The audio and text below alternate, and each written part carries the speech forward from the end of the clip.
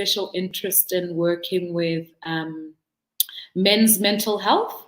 And we will get to hear a lot about, how she works with the men that she sees in the practice. Lunga is based in, she has a private practice, but she's also based at a Barra hospital in Soweto. So she has a wealth of knowledge around men's mental health. So I'm glad that you could all join this evening.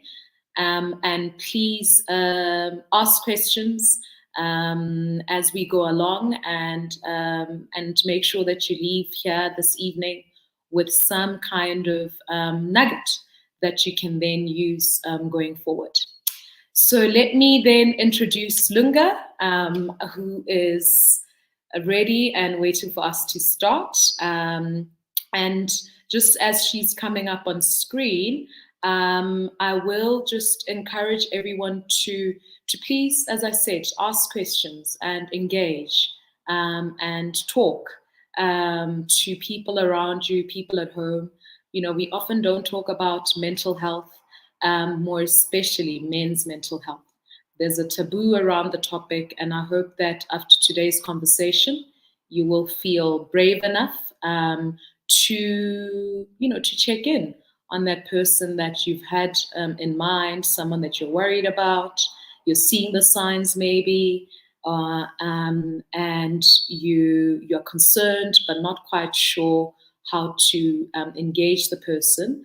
Really, this is the time, especially this month, which is Men's Mental Health Month. I hope that you can really use this in a different way, and that we can all make a difference in building a society that's healthy and that feels safe for all of us, because we would know that men's mental health affects all of us. It affects women, it affects children, and we are all really co-creators of a society that is healthy, and a society that marks quite high in wellness. All right, so Lunga, let me have you on screen, and let me ask you to introduce yourself, Lunga, and tell us a little bit about yourself, and where you practice and the areas of interest that you have clinically, and tell us about why it is that you are interested in men's mental health. Is Lunga there? Well, she's probably still joining. That she'll pop up on our screen now. All right. Maybe as she is coming up, let's just give her a few seconds. She should be coming up. Maybe she's struggling with the connection. All right.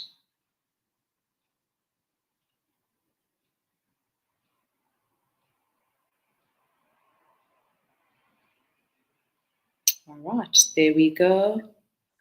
Good evening. Hi. How are you? I am very well, thank you. I'm very well. Thank you so much for joining us this evening. I'm looking forward to our conversation today. Thank you for having me, Patnetsi. I'm so it's an honor and a privilege to come and talk about this topic, which is very, it's rare to have a stage where we speak about it. There aren't a lot of forums. My name is Nokulunga Nene-Mokgele. Most people fondly call me Lunga.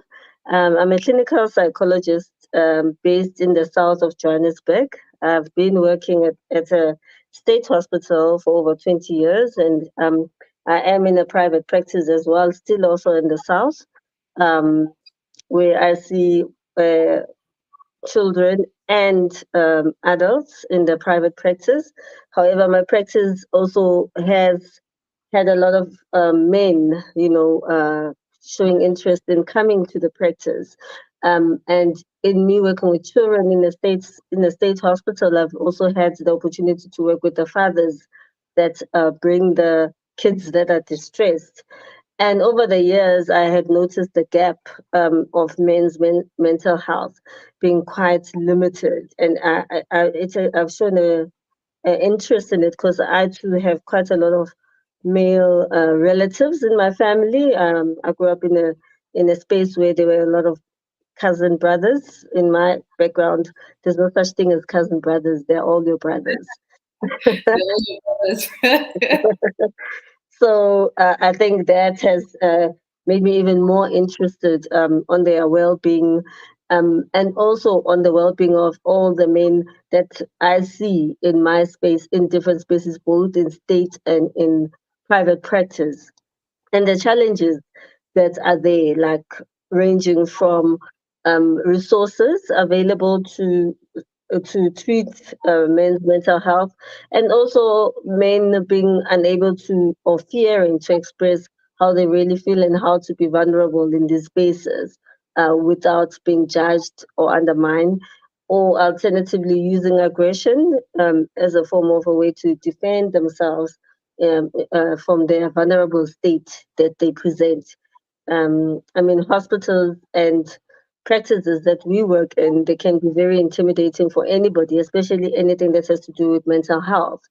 But it's Mm, even more, what I've noticed, Batiti, is that it's even more intimidating for most men to pick up mm, their hand and say, look, I need help. Can you assist me in these mm. spaces? Yeah. So yes, so let's talk about that, Lunga. I mean, Yeah. in your experience, what sort of trends have you observed in terms of men seeking help for their mental health? What have you seen? Who presents to you? When do they present, and why do they present? Well, but it ranges because, well, I'll start with the children. You know, half the time, what we've seen over the years, initially it was usually moms that would bring the kids for therapy or distress and everything, but that has evolved quite a lot, which is quite impressive, where you see dads bringing kids, and where you will find that the dads are depressed themselves. However, they will then bring the child and be more concerned with the child. And once you point out that, you know, maybe they need support and we can offer support, some of them get surprised and shocked that we're even considering them to be part Mm, of the system or to be assisted when they are being depressed, and ultimately even getting help with admission, and so on. And others then start feeling safe that they can actually approach us, you know, not just about the child, but with their own needs. Others, though, where I've seen in private practice, the reason why they would come is always work-related stresses, you know. mm, Um, so it will escalate to depressive symptoms, anxiety symptoms, and men in uniform. So, you know, I do a lot of work with guys in SAPS, the military, nursing, emergency medicine, and it's an acute stress type of work. So it could be work related, where it feels there's no support in these spaces. And I mean, I have sadly lost one patient to suicide um, in the past 4 years. Um, he was a man, he was a guy who was in uniform. And it was an unnecessary death, you know, because, you know, when you feel you've made an inroad with the person, but in the moment, that's when the person then decides successfully to take their own lives. And that was a heartbreaking experience for me. mm, And for me to start thinking, what are we missing? And it's mm, spaces like this that don't happen frequently. They happen seldom or during a certain month. It's not a continuous process. And I think maybe something to look into. So those have been the trends, either work-related stresses, relationship issues, um, and what you will then see, people then, most men will then present with substance use, excessive substance use, as a form of self-medicating, and half the time it should be written off as a person is either a drug addict or an alcoholic, but not looking at the underlying factors why they're doing that. Or they can present with intermittent explosive mood disorders, Mm. aggression, road rage, those sort of things, and domestic violence, Mm. where a person then would lose partners, like changing partners continuously, because of their nature of GBV.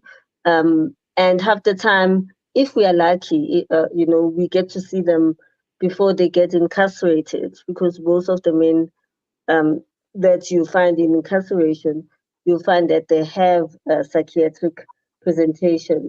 Not that we justify that it's okay to do that, but half the Mm. time, if you look at the history, you'll find that there were concerns um, in relation to that. And those are the trends that we have in our society. Yeah. Mm. Mm. So just to tease those trends out, Lunga, you speak about substance abuse or substance Yes. use um, disorders. What is that? What does that look like in a man? So you'll find most of the patients I see in my private practice, and that happen to either being referred by their workspaces or themselves when they now need admission. So they'll come in and they'll need an admission. It should have Mm. escalated to a point where it's either the person has hit someone at work or is on the verge of fighting with a partner, and the type of substances that you find mostly is alcohol, excessive alcohol use. Is what you find where people drink mogweka, like beyond what the normal, you know. Um, and where they will drink first thing when they wake up, every 2 hours, they are drinking. In the workspace, in the work premises, they are drinking. Just to manage their rage or anger or frustration about maybe their HODs or a colleague or even a home issue, or, with their partner. And sometimes they then mix it with with different kinds of illicit drugs. Like initially, you think, what is this, marijuana, cannabis, Mm. is a gateway to a lot of these. But lately, what I've seen, crystal meth has been a biggest trend, which is unfortunate because getting people off crystal meth is it's almost a mission impossible. But they get Mm. hooked because if they are working, they have access to that. Cocaine, not so much, but in my area, crystal meth, cannabis, and alcohol has been the core presentation of substances that people will then start using to self-medicate and try to get over the problems.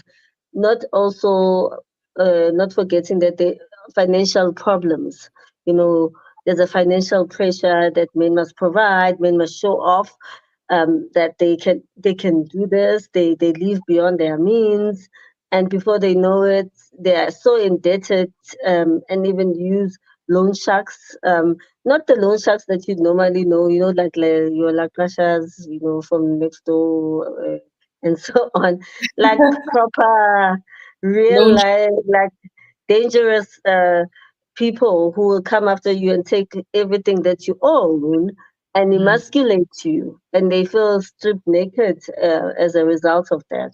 So financial stresses as well, and some of them are not from Gauteng, for instance. They have family at home, so they can't even send money anymore because now they need to pay the loan sharks, and so on. And they are in debt, like with different kind of financial institutions, too many Mm. credit cards that are, and it's people who are viable and economically viable that do present sometimes in private, and then you Mm. realize that it's not even necessary for them to have these things, but they just don't know how.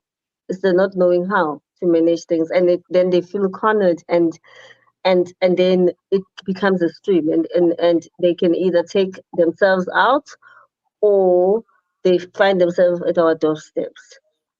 And for me, Mm, I'm grateful when they find themselves at our doorsteps than them hanging somewhere or having shot themselves or shot their families. Yeah. sure.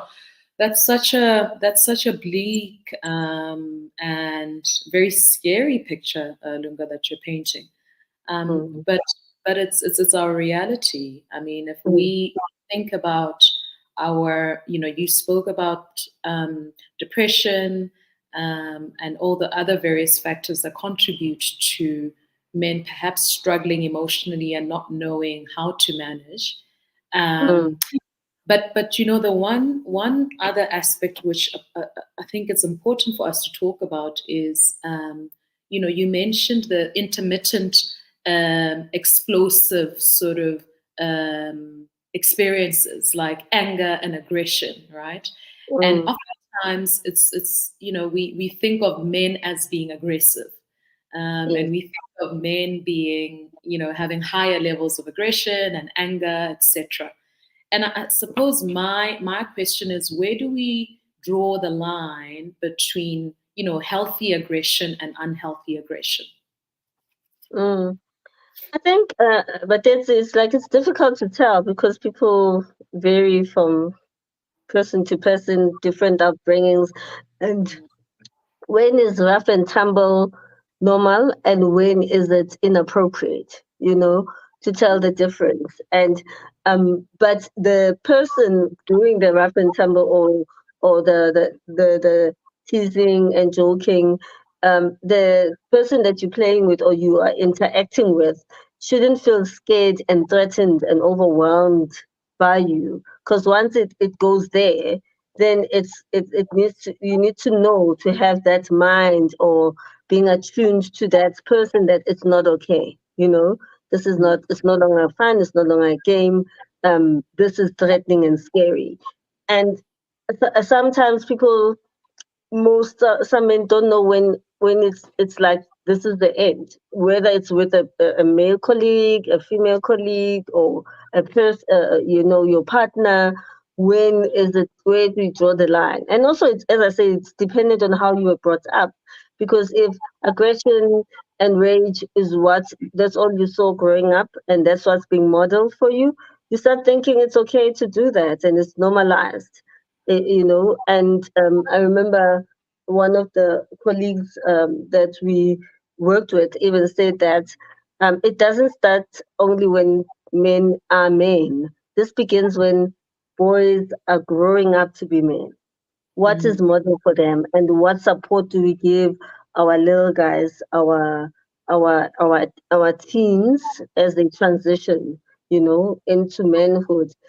Is there even a space for them to express these frustrations and knowing how to draw the line and mentoring on how, what is okay and what's not, you know, mm, and how to vocalize frustrations in a healthy way without even being aggressive or enlivening other people, or enlivening your partners as a form. Because sometimes people then, it hits them after when they are now at the end of it and realizing that the person is not going to be coming back. So what do you do now? Um, mm, Now mm, you get incarcerated, and that was not your intention. So those are some of the things we need to kind of talk about: what is healthy and what is not, and what are the outlets of mm, your doing these things, and how to reach out when you can see, I this is not okay. You know, mm, mm. yeah. I mean, you touched on gender-based violence and just what you've shared now. I mean, we know Mm, that in South Africa we have a staggering high number of men who murder their partners, mm, um, and what we and the other way around as well. mm, And I suppose I'm curious about that statistic, Lunga, whether mm. what's your experience when working with men who are perpetrators and who are victims of gender-based violence? Well, to be honest, like I don't do a lot of that. That's most of the time. How unfortunately these men end up in a forensic space. So I'm not involved with the forensic aspect of it. But if you look at the cases, you see there were mitigating factors about their childhood, how they processed the rage and aggression, and maybe there must have been an underlying psychiatric presentation like anxiety, depression, and so on, where it was never treated when it was seen initially.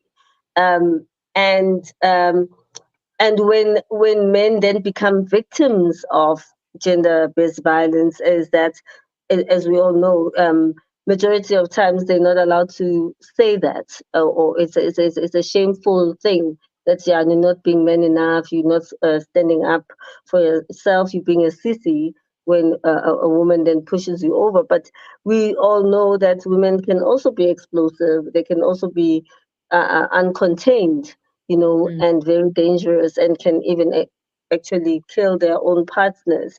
But that's not published quite a lot. And as a society, then we need to understand what it's like to be on the side of a family where you are maybe the victim, because we are all used to being on the side of the victim, but also what happens then to families of perpetrators.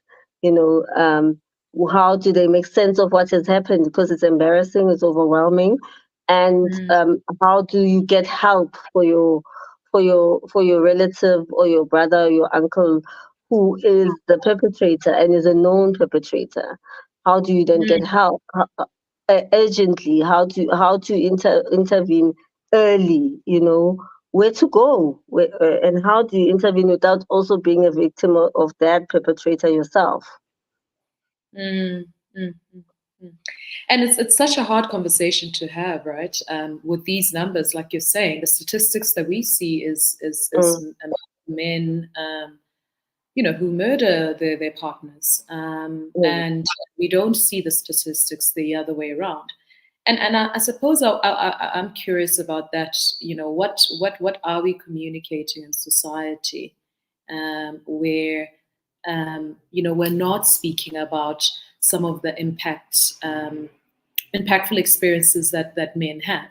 And I mean, I remember when we were at a conference together a couple of months ago, I think what really stuck out was a statistic you shared around the number of, I think it was the number of beds you said that were mm, available for men at a government mm, institution for psychiatric treatment, that there was mm.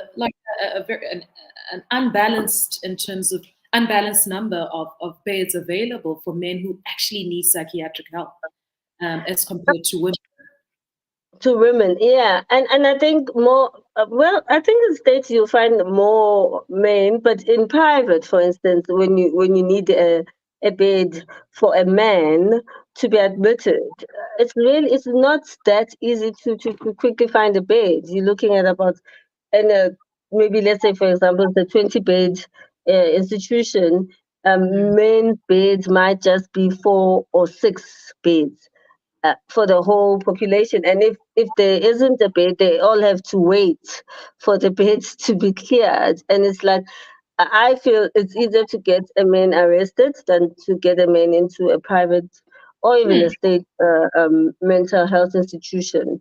It's easier to have a man arrested and put into jail than into a mental health and institution, not even a lockup ward, maybe uh, into like those open wards. It's really hard because I don't know, maybe there's a fear in our society, an unconscious bias, perhaps, of seeing men as being dangerous or profiling them. Whereas if they got the help they needed, I remember seeing one patient, a male patient in private, he then said, I know about 20 of my friends who would benefit from this service, but you don't even have a ward for us. you know, mm, you only have 4 beds, or you only have 6 beds for us, or you don't have programs and outpatient programs for us. We try, we do our best, obviously, but with the very limited resources, and to think differently, because you can't make men's wards to look like mini prisons or dormitories, for mm, instance. And there needs to be some different activities, in managing it. You can't be also like just talking. There needs to be activity based, and obviously it does include an a multidisciplinary team to manage a men's mental health. And I think society at large, men's mental health needs to I mean, any form of mental health, you need a whole multidisciplinary team.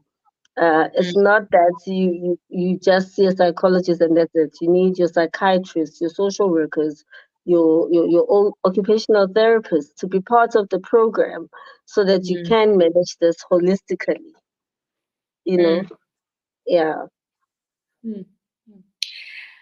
And what are the signs, some of the signs, Lunga, of a Mm. man who's perhaps struggling with I mean, their mental health? I know that there are different, diagnoses that you mentioned, like depression and anxiety. Mm. What are some of those signs?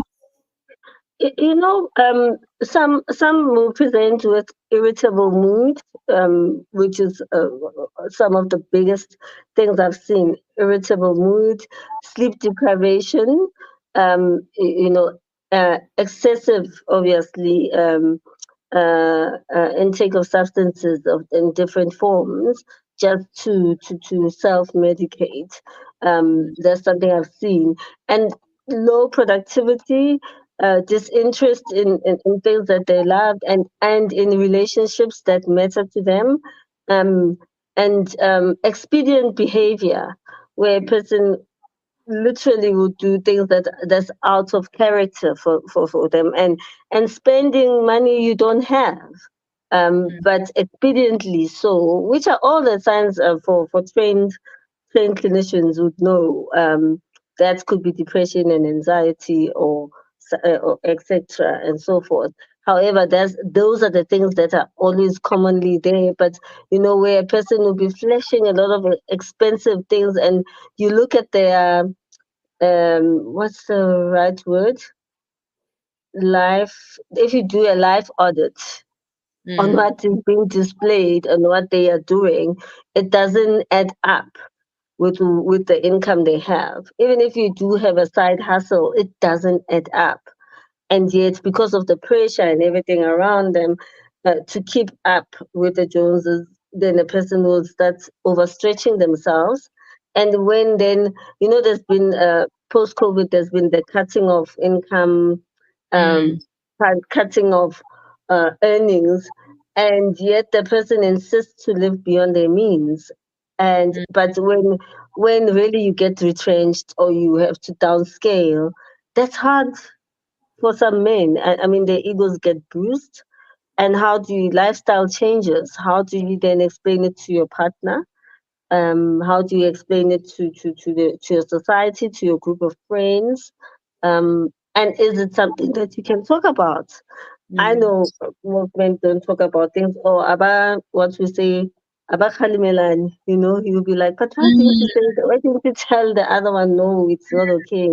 You know, Only when now they are in an institution, or they're getting the skills and everything, now they'll be like, hey, but now I don't talk, I should have said this. We don't talk about mm, it. They vocalize it, they don't talk about it amongst themselves. Akuna lo okuzo munye, you know, mm, mm, it's, mm, it's, it's always seen as meddling within each other's business, which is unfortunate. Because we need our men to start talking to each other, and also bakhalimalane. mm, Not only because look now, no, Naje, it's me and you, but and we're both women talking about it. mm, Ideally, it should be men talking yeah, about it. We do have clinicians and skilled people. It's just that it's hard to just round up the right people at the right time, at the right place to talk about this. mm, And yeah, but I think this is a start, and it's mm, it's an important start for we all get involved in this process. mm. Sure, Lunga, it makes me think, yeah, what you just shared around Habak Halimalan. Mm, It makes me think of a conversation I actually had, with a male friend of mine. mm, And he said, how is it that you guys can chill and go out and have fun? or hang out, with your guy friends, and then it comes out that they were a perpetrator of abuse. How is it that you didn't know? And this guy friend of mine said to me, I wouldn't know. The truth, but they says, I will not know if my friend is a perpetrator of domestic violence. And that blows my mind. I honestly don't understand how you cannot know what your Yeah. friend is capable of, or how your friend is struggling. And I think, like you're saying, it's that sort of that silence. There's this sort of generalized silence when it comes to men engaging on an authentic and, I suppose, on an emotional connection level, because conversations are about connecting. Mm. But also, there's that whole culture of saying you don't want to meddle in other people's business, and we get that. But I find also, to be fair, but there's also been a big movement amongst men as well to call out perpetrators. There's been organizations trying to call out perpetrators, but also offering spaces to talk, and being vulnerable, because vulnerability is seen as being weak and not strong enough, but it's something that's important. Or you can't always be strong and being in the know all the time. What? Are we still here? Yes, we are back. Oh, We are back. okay. Something happened there. Please excuse us to our viewers. We had a technical glitch there, Okay, but we're okay. back now. We're back. And Yeah, you were yeah. you were speaking about the culture of not meddling in other people's business. Business, yeah, and also what I was saying is that, to be fair, there has been now spaces and forums where men do call out each other, where men are trying their best to engage and allowing themselves to be vulnerable, and not that to be frowned upon, but actually to start being aware, like there's a awakening on realizing Guti, men can be like that, can be vulnerable, and it's not something to laugh at or to frown upon, and when you do reach that stage, that's inappropriate, to get the help.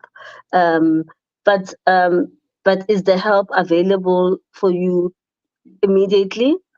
And where do you go?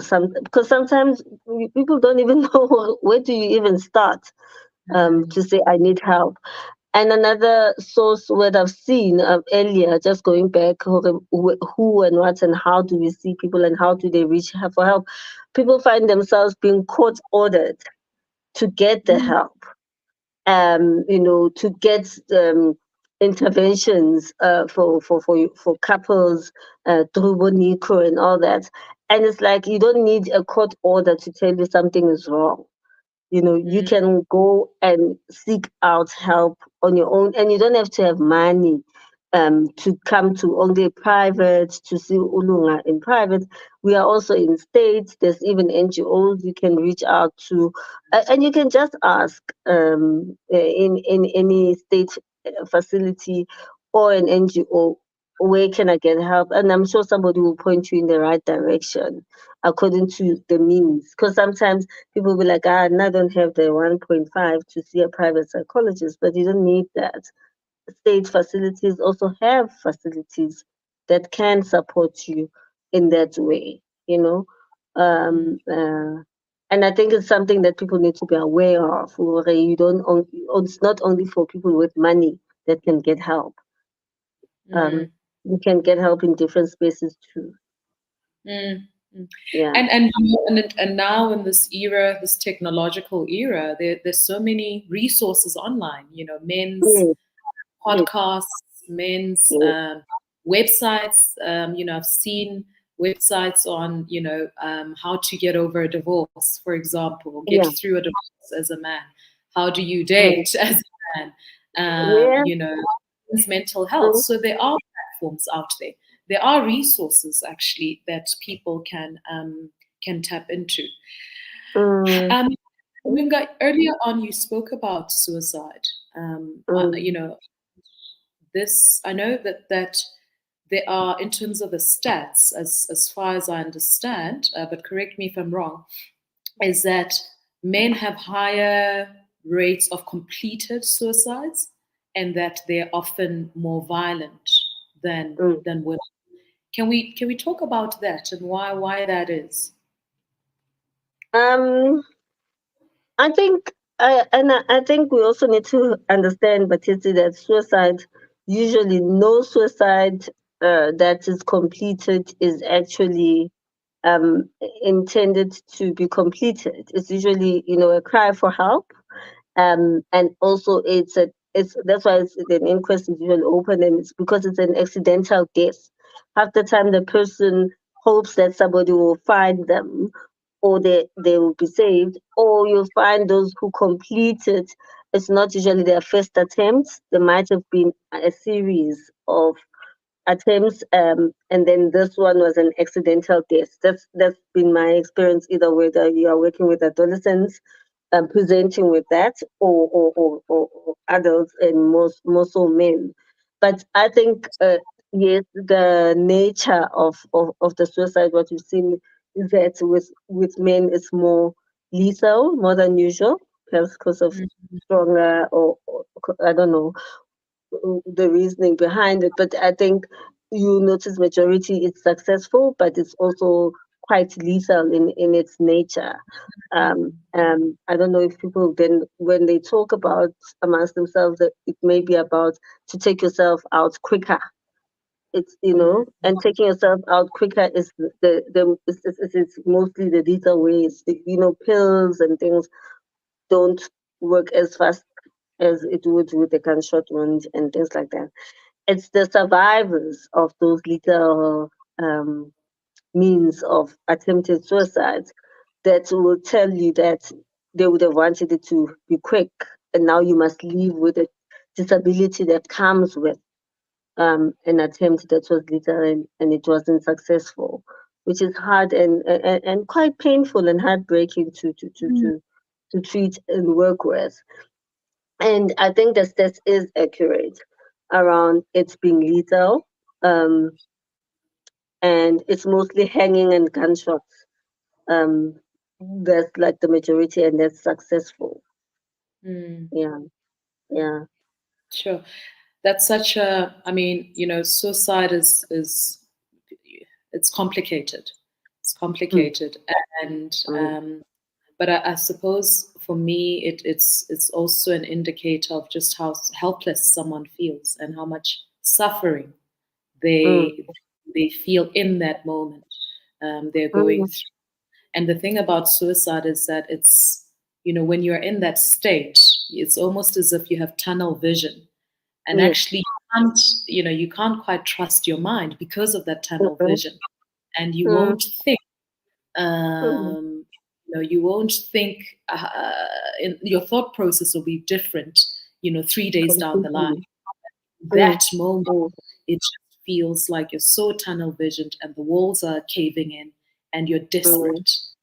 mm, mm.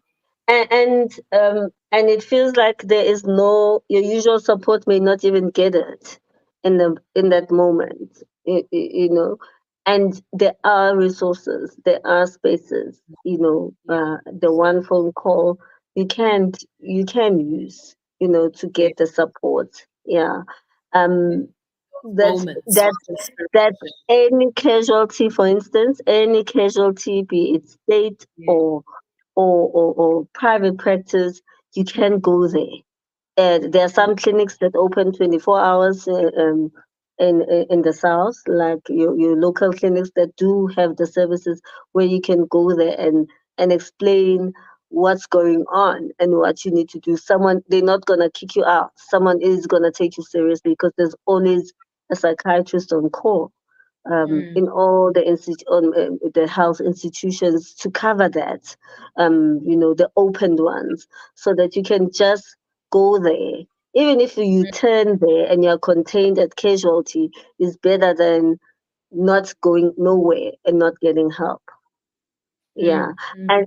and you say the stats is high, but it's the and some now I see in my practice they do that. They come to casualty, they get admitted, and those that have that know that the services, they actually go straight back to their psychiatrist or their psychologist, but most of them you find is people who've been treated before, so they'll go Mm. back to the psychiatrist and then get admitted, you know, Mm. in private, or they'll go back to their clinic or their hospital where they've gotten treatment, and they do say and acknowledge, and it's not something to be ashamed of, or even if you haven't been compliant and you have defaulted on your medication, well, a comment will be made, you've defaulted, but the reality is that you are back and you are here for help and get the help, Mm. and that's important. And some men are starting to do that. It's something I'm seeing in the past 2 3 years, where men will actually book themselves to avoid suicide, because Yeah. parasuicide is like, it's more like an uncompleted suicide. When you do attempt and now then you end up in our wellness or end up in a psychiatric ward or a psychiatric clinic. Um, that's another way, unfortunately, where people arrive, where the suicide attempt was not successful. Mm. However, remember it, as you say, but it's in the moment it felt real for you. There was no way out, and thankfully you survived, so we then give you supportive interventions on how to manage that and how not to repeat it even Mm. in the future, to try and go the preventative mode. Mm. Oh, and another, we spoke earlier about why men come, right? Others, Mm. we see others when, for instance, when there's been a miscarriage or a stillborn. I've had a lot of those recently. And half the time in those spaces, women will get more support than men do. Um, Mm. and that the impact of men also losing the child, even though Mm. they didn't carry the child for 9 months with the mom. So that's where the paternal mental health also Mm. needs to be thought of.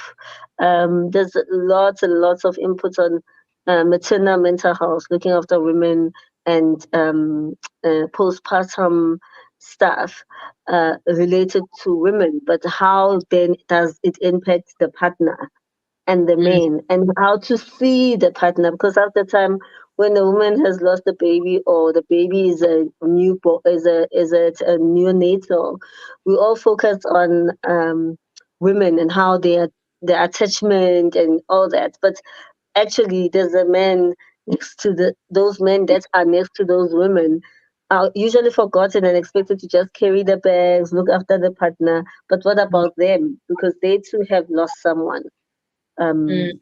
in the process, or they've lost their baby, and that also is another thing that that never gets looked into.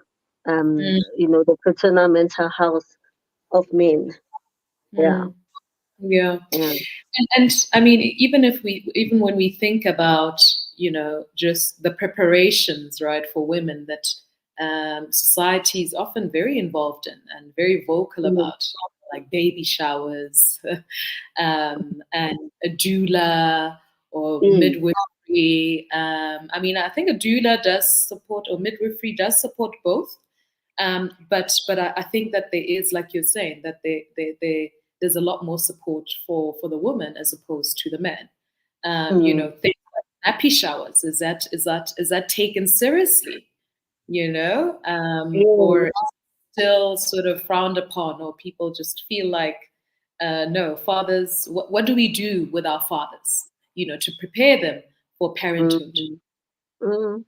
And who talks to them? Who checks in with them during the pregnancy? During, as we all know, most people will then have women who go either to their mom's place, or their mom will visit, or mom-in-law would stay with them for that time. But in that period, who talks with the men? during that mm, time to give them support and adjusting, besides getting a cigar and a beer to say mm, congratulations, like, and also the nappy showers. How then do we really, how do we support? What does that guy need during that mm, time? He can be mm, a provider, but maybe he needs support on other levels or different things, which may go a long way. But I see there's a trend now that the nappy showers, but other things as well, vouchers and things that are shared for men during that time. Because, like you're saying, you are friends with you've got a male friend, but what do you gift him when he mm. has a baby or a baby coming up? You know, Yeah. what gifts do we get? And also, we can't be also too biased about how we support men through the process, but more so when there is. I recently saw a couple, in fact, two couples that lost a baby. Mm, And where you constantly had to watch one's bias, but also societal bias around the treatment of what it means to lose a baby. Um, mm, Not just focus on supporting the woman, but also the men there, the men mm, in the room, and so that they also show their vulnerability and have a space to vocalize. Yeah, mm, uh, mm. uh, uh, vocalize their distress around this. Yes, yes. I mean, Lunga, what sort of struggles or difficulties do men experience when it comes to parenting or becoming a father? What else do they present with in your experience? I mean, I do hear the when they've lost a child, what But else do they struggle with? I suppose parenting is a challenge for everybody. Like there's always that normal cliche that there's no textbook in raising children, well-rounded children, which is true. Um, but also you know, parent, like ideally in a family where you live with your child, half the time mom is expected to do all the do's, the don'ts, and teaching of the children, and men are never given a space to also be part of that process, of sharing the upbringing part of things, the setting the limits and setting the boundaries for the children. But what is the hardest thing, which I've noticed in my practice, is things that concern the Children's Act, um, whereby where families now are divorced and separating, Mm, who has primary residence, who has access to the child. And for me, the core thing is about the interest of the child and mm, what is best for the child. We can both be angry with my partner about the child, but it must be in the best interest of the child, not to have an upper hand on your partner. And half the time, people then I know a lot of men often experience most institutions are female dominated, which is true, like psychologists, social workers, and everything, and may feel that systems are against them, but not really, mm, because all these people are advocates for children's needs and rights. Therefore, if you familiarize yourself with the Children's Act, um, if you're a parent and access to and how to gain access to your child without being aggressive or malicious, it makes the process easier. But if you mm, use aggression, rage, extreme things, you alienate the mother or the caregiver, and then even in the process, you alienate your own child. And that's something which, if you're a man and you're a dad, you need to be mindful of, you mm, know, how you respond and react to these things, and how to work on a good parenting plan with the mm, right people, so that your access to your child shouldn't frustrate you and make you aggressive and arrested, and restraining orders are thrown at you because of your frustration, and it's shown in an aggressive way. And I think it's something people need to be cautious about. So that's Mm, where I'd say the challenge of parenting I've seen, not necessarily in the house where there's people who could talk things through together. It's usually in both state and in private, people who are separating, and people who and make irrational things like 1 week here, 1 week there, which you as an adult you can't live on that. So how do you expect a 2-year old or a 7-year old to live like that? You know, mm, um, yeah. So those are some of the things that I've seen being very challenging yes, in yes. my No, space. that's definitely a theme that I also see where, yeah, fathers feel quite disempowered Mm, during divorce processes in terms of their children and wanting to be involved. yeah. Um, and Lunga, I mean, just overall, I mean, we've spoken a lot about, how men struggle, etc. And I suppose I'm curious about what are we missing in society? What are we not doing right in society? And how can, we start offering support to men in the way that they need? And what kind of difference would that make? I think what we're missing, but is asking men what they want. How do they want to be supported? You know, what do they need, and not assume? Because I suppose the conversation today, it may sound very, because you and I are clinicians and trained minds, but just to have that forum where they can say, what would work? What would they recommend? What would they wish to happen? There are books out there written by men for men. Mm, However, like there is very little. It's one thing when you complain, women are talking about us again, or there they go again. But what do you want? Give us your input, your idea, or your thoughts around it. And sometimes not to be rigid about your thoughts, thinking your way is the right way, and be adamant that, well, it's been like that. Those, the co-education will say, don't come with the conversations it's easy. Like a conversation that won't make sense, that doesn't make sense. Try to think about, Lunga, look, you are missing me. So your psychology is missing me. I need one, two, three, four. I need to be admitted. Where do I go? I need help. And if I go to a rehab, rehabs must also have the facility for mental health, for psychiatric intervention. You know, mm, not everything in isolation. You need systems to work intrinsically and continuously. And I think, but there's if people can communicate their frustrations without being aggressive but more assertive ways, I think we'll move forward. Yeah. mm. Absolutely. I really like that. What do you want? Yes. Um, and for them to take up space in Yeah. that way. All right, Mm. Lunga. Let me see if we have any questions. Let's see if we have any questions from our viewers. Maybe they have something to ask you directly before we Okay. wrap up. Okay.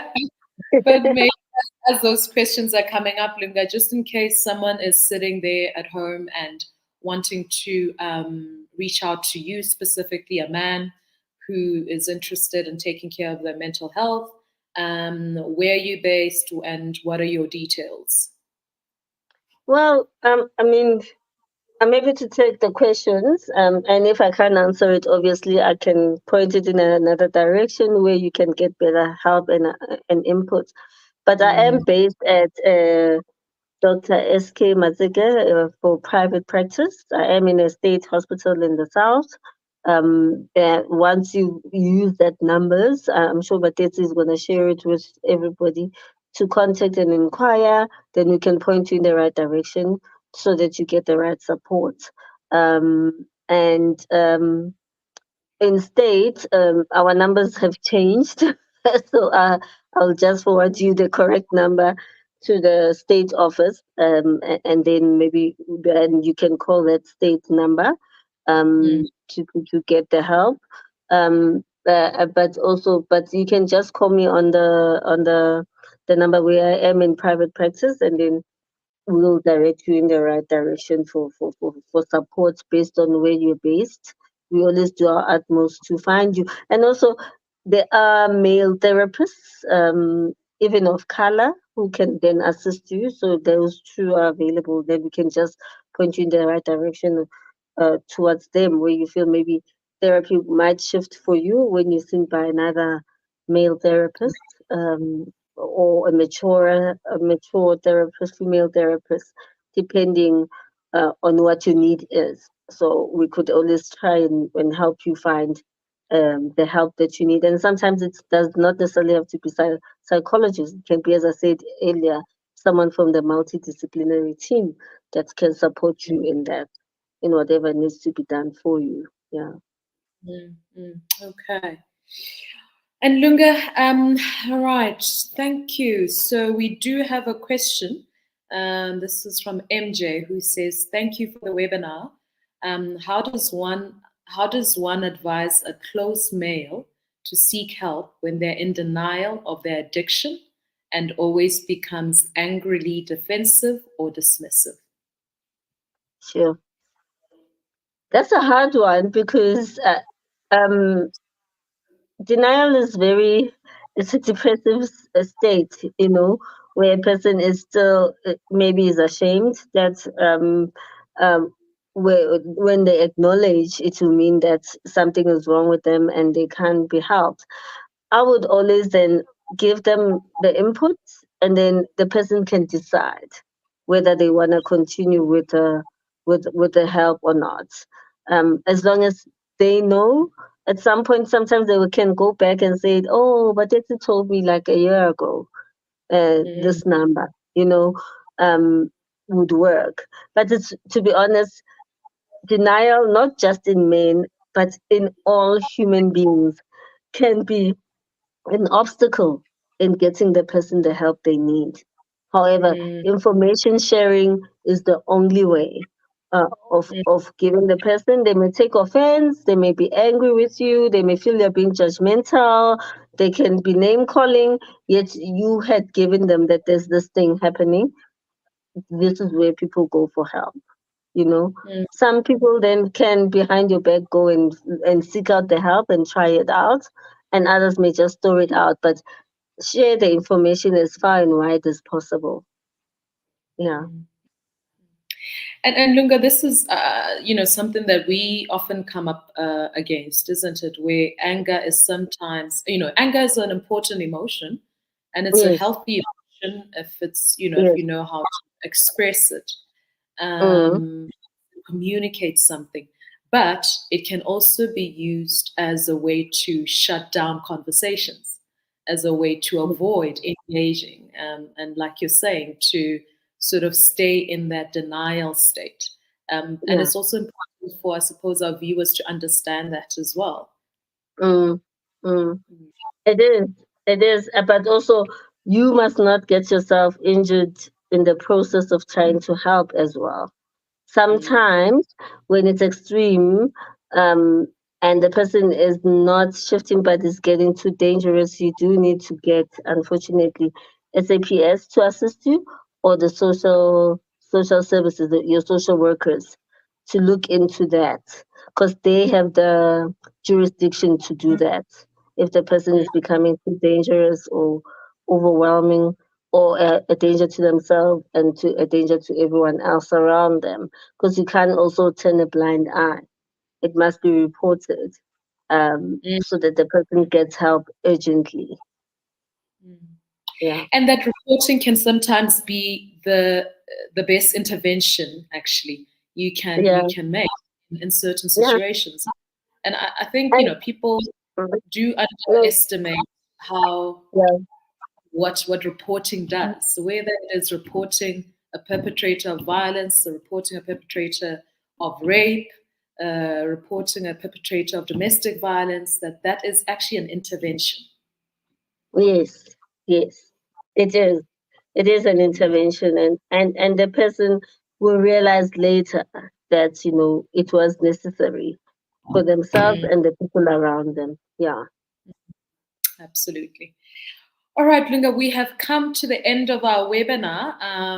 Thank So, you so yeah. much for spending this evening with us. Thank you, Batesi. Yes, Thank let's you. keep talking. Let's keep talking. We are co-creators of a society that's healthy.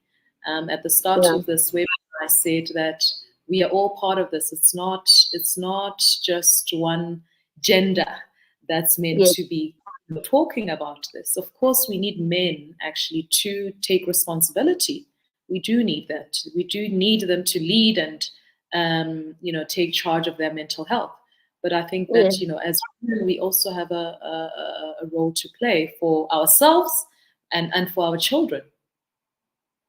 Indeed, and also for a better society, because um, like there's also great men out there who are role models for Absolutely. children and everyone else. And the profiling of them, unhealthy profiling is not helpful as well. Mm, So it's mm, something we need to start encouraging, and that there is hope and there is places where you can get help. mm, And these webinars are quite also important to just share those mm, experiences and how to get the help and mm. talk about these uncomfortable things too. Yeah. All right. So thank you, Oh, Lunga. Have a thank lovely you. rest of your Mm. evening. And thank you to the viewers for tuning in. I look forward to more of these conversations. And thank All you right. to your listeners, Vatiti. Thank you, everyone. Bye. Thank you. Bye.